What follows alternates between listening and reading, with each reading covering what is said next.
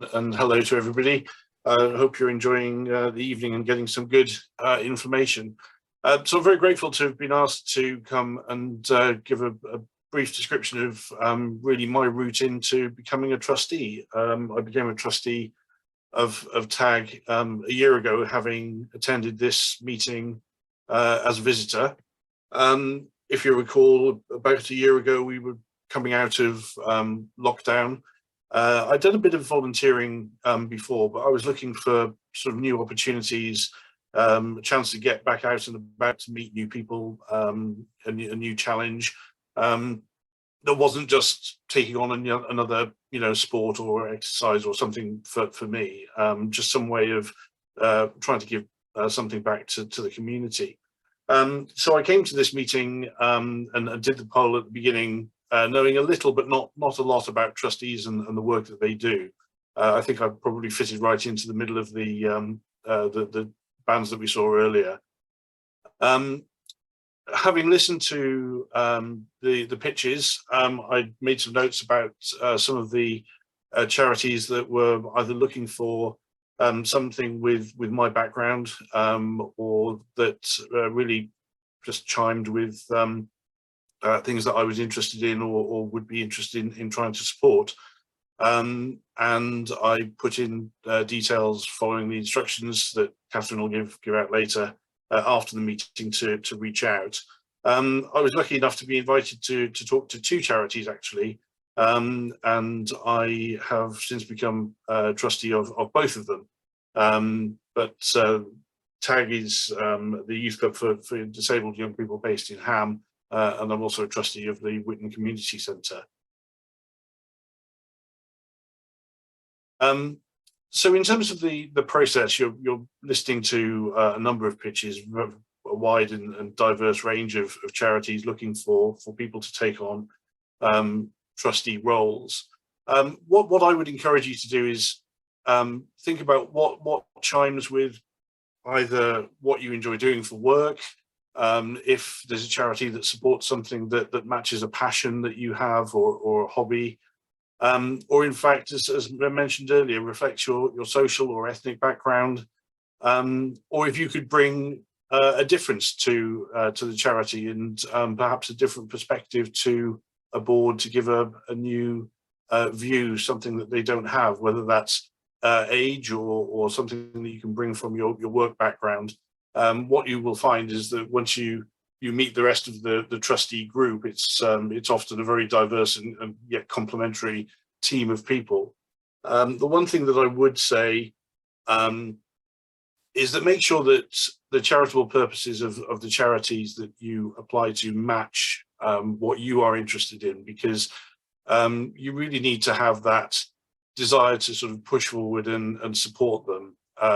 And the charitable purposes, as Julie described earlier, are really the parameters in which that charity works and the aims that you're trying to achieve. And it's really good if you can be enthusiastic about that, because it will make any commitment so much more fun and beneficial to the users of that charity.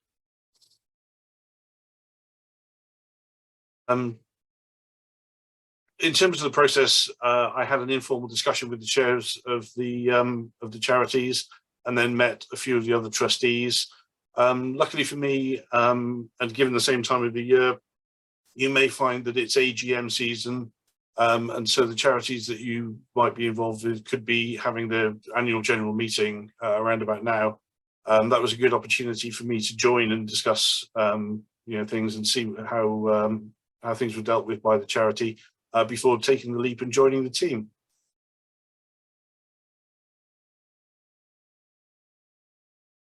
I think in terms of advice to consider, it is important to remember that it's a big responsibility. And as Julie mentioned at the beginning, there is a sort of serious side with the legal duties and responsibilities. And that's something that, you do need to appreciate going in. There's often a commitment of the board meetings, which are sometimes monthly or bi-monthly, and then sub groups or particular projects that you might get involved with. But it is important to maintain that sort of objectivity and to make sure that you're furthering the goals of the charity. But that's always there's plenty of support from Richmond CVS and the Charity Commission, and of course the training that has been mentioned a few times. I did attend those 2 sessions shortly after I joined as a trustee, and they're absolutely invaluable, and they're a good place to start, but obviously not the be all and end all. And the Richmond CVS and other sources are always there to go back to. If you need help as you go along, you're going to find that you come across unique situations as a group of trustees, and sometimes you'll sit around the table and look, and the person next to you won't have the answer, and you won't either. And you know, that's okay. It's your job as a group of people to try and find the best answer to support the people who use the service that you provide. And if you don't have the answer around the table, the answer probably isn't too far away. So on reflection, I would say it's a great sense of satisfaction in being able to see the users of the services develop and grow, and in fact developing and growing the services that we provide by adding to the expertise and the difference in views.